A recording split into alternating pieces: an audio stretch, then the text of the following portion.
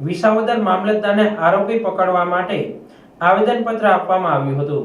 વાત કરવામાં આવે તો થોડા દિવસ પહેલા જાંબુથાળા ગીરના બે માલધારી દ્વારા વિસાવદર જંગલ ખાતાની ઓફિસે જંગલ ખાતાના ઓફિસર દ્વારા હેરાનગતિ કરવામાં આવતી હોય તેને લઈને જાંબુથાળામાં રહેતા હનીફભાઈ તથા સલીમભાઈ દ્વારા ઝેરી જંતુનાશક દવા પીને પોતાનું જીવન ટૂંકાવ્યાનો પ્રયાસ કરેલ, તેમાં સલીમભાઈનું મૃત્યુ થયેલ હોય ત્યારે જાંબુથાળાના માલધારીઓ દ્વારા જંગલ ખાતાના જવાબદાર અધિકારી વિરુદ્ધ મરવા મજબૂર કરવાની કલમ હેઠળ ગુનો દાખલ કરવાની માંગ કરવામાં આવેલ અને જ્યાં સુધી જંગલ ખાતાના અધિકારી વિરુદ્ધ ગુનો દાખલ થયેલ નહીં ત્યાં સુધી સલીમભાઈની ડેડ બોડી સંભાળી નહીં।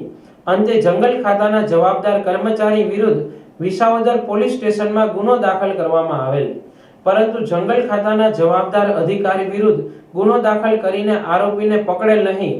ત્યારે વિસાવદર તાલુકા ગીર વિસ્તારના માલધારીઓ દ્વારા તારીખ 6/10/2025 સુધીમાં જાંબુથાળાના માલધારીને મરવા મજબૂર કરનાર જંગલ ખાતાના જવાબદાર વ્યક્તિઓને પકડવામાં નહીં આવે તો ગીર વિસ્તારના તમામ માલધારી તેમજ ઓલ ગુજરાત મકરાણી સમાજ આગેવાનોએ પોતાના માલઢોર લઈને વિસાવદર મામલતદાર ઓફિસે ગાંધી ચિંધ્યા માર્ગે આંદોલન કરવાની ચીમકી ઉચ્ચારી છે।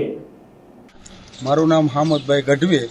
જ્યાં જાંબુથાળાનો પ્રશ્ન બન્યો એ 9 તારીખે અમે સાહેબ પાસે રજૂઆત કરવા ગયા, એટલે અમારી રજૂઆત ન સમજી એટલે અમે પ્રાંતે ગયા, પ્રાંતને રજૂઆત કરી એટલે ન સમજી રજૂઆત ન સમજો એના ત્રાસને કારણે જે સલીમભાઈએ અને એક બીજા વ્યક્તિએ દવા પીધેલી એ 9 તારીખે બનાવ બનેલો અને 16 તારીખે સિવિલ હોસ્પિટલ જૂનાગઢમાં મૃત્યુ પામેલા અને પોલીસ ખાતાએ આવીને અમને આશ્વાસન આપેલું કે એફઆઈઆર તમારી ફાટી ગઈ છે, હવે તમે ડેડ બોડી સંભાળી લ્યો।